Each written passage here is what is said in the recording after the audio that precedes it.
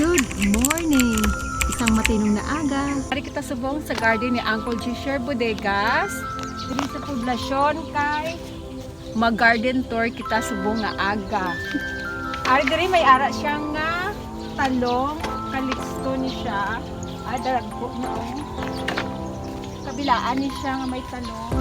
Tapos meron siya nga kabasa diri nga Sophia. Kung nakita niya sa akon nga previous video, amo to siyang dalagmay nga kalabasa nga super rabo. Tapos may ara man siya diri nga sili labuyo. May ampalaya. Amo na ginatawag nga garden nga multi-cropping. Sa isa ka area, damo-damo siya sing tanom. May ara siya nga balag sa mga ano yata ni sobra ni siya 1/4 yung area niya ba. So naka-set up talaga siya sa for ampalaya. May standing crop na siya na ampalaya, tapos may previous man siya nga mga ampalaya.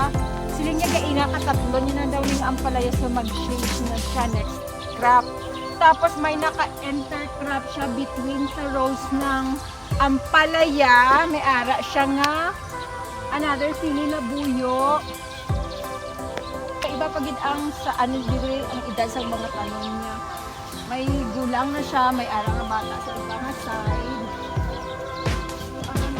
Ako na kwarta diri ni ang iya nga garden. Pag-ula sila kaabuno. May kulitis, siya ligaw lang na. Wala, sariling sikap na dira. Tapos, ayan. Hindi naman na area, hindi nga side. May ara siyang pipino. Duhanan sa rolling siya. Naka-harvest na siya gaina. Ito tadawa guys, dito sa gitna, sang ampalaya kang pipino, may ara na kanal para pag nagpatubig siya. Mas. Tapos diri sa gilid, may ara siyang siling panigang. Nga, manog, ano na ni siya, dagulang naman yung siling panigang niya pa. Tapos, dati nagkamatis man siya dire. Ayan, medyo na balda ang iyang nakamatis. Awa ba lang kung gaano kadagko ang iyang panigang. Mas dagko tagas niya dito sa ato, no? Nami, abi diri ang lupa sa sila ang ano siya ba? Long short? The clayish. Claylo? Tanawa. Super taas.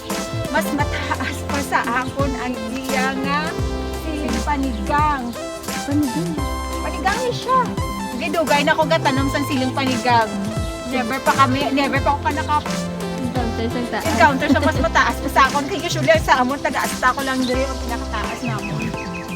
So, ibig sabihin, healthy gid ang iyang na lupa. Kayo, tanawa ba na dako ang dako ang iya nga nga punuan. Tapos ang lupa niya nami gid. Tapos ang abono pag ni Sir ba, mga yara. Shout out kay Sir Sir JR Maranyon, baka naman. Kasi mga na ni siya na antrap mo so dapat ini ginatanggal ni siya, baka ginapagawa sa garden. Hindi pwede nga diri mo lang na siya ihulog sa iya sa diri sa punuan, baka magbalik-balik lang ang ang virus ba. Ay, dito pagkali may ara siya nga okra. Look at the pipino. Siling ni Uncle, pwede daw ko pang harvest siya ron ba? Para himuunta nga kimchi ba? Shout out gali sa akin nga videographer. First time ko nagkaroon ng ng videographer for the whole video. Shout out kay Angie. Ang OJT namon, ito sa mga OJT namon. At dito, meron siyang okra. Yung mga kayo dito, napatay siguro yung talong niya ba? May bakante. Tumlas nga okra man nga gin tanong namon amo man to wala na busi tanan. Ay. Tanawa bala gaano kalagpad ang iya nga mga kalabas okra. Oh, kalagpad sang dahon. Ala, nagulang na ni oh. Amo ni nami nga ano oh, tulahon, lingkod. Ay. Ari may kamatis nga taas na oh. Supposedly kung ang healthy ang ano sa mga ganitong edad, amo ni siya ang ano oh, good na ano na kamatis. Pero yung iba niya medyo nabalda kay nagkulot. Pag amo ni balda na ni mahina na ang bungas nga ano.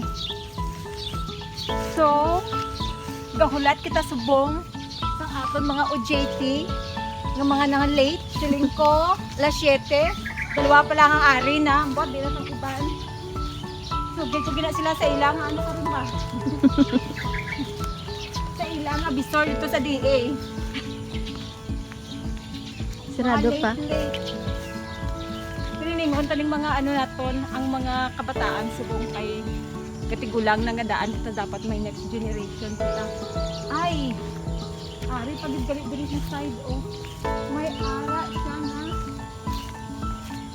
ramping na. Ay, call! Malayo ka naman na call, pwede? Mangayo ko sang ano? Hindi. Ari, isa lang. Ay, kaso do ano man man? May isa man. Actually, mas nami ang ano, second generation niya sini. Itong ginbakal ko nga sa sachet. Hindi nami ba? Ari, daan. Oh. Ari, daan. Kaso da may tukso. Ay. Ano? Nangayo ko ah. Iba lang nga side oh. Oh? Ano na siya oh? Sabiyo? Barato daw subong kayawa niya ng ano. Tagas-tagas ang iyala buyo. Aton to baw. Tuklahati lang ang height. May kasi ka to.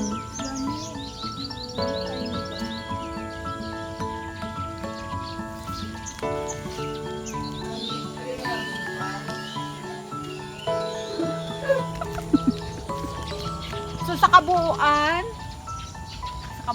wala na. Yun na lang, malibot-libot na lang pa.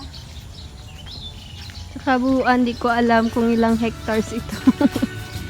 Sila lang ni hectares niya ang ano na mark ang palayahan. 1/4, may 1/2. 1/2. So 1/2 pala. Ayan, isa sa mga OJT namin. Ga-vlog nito. 1/2 area. Yara ni sila po.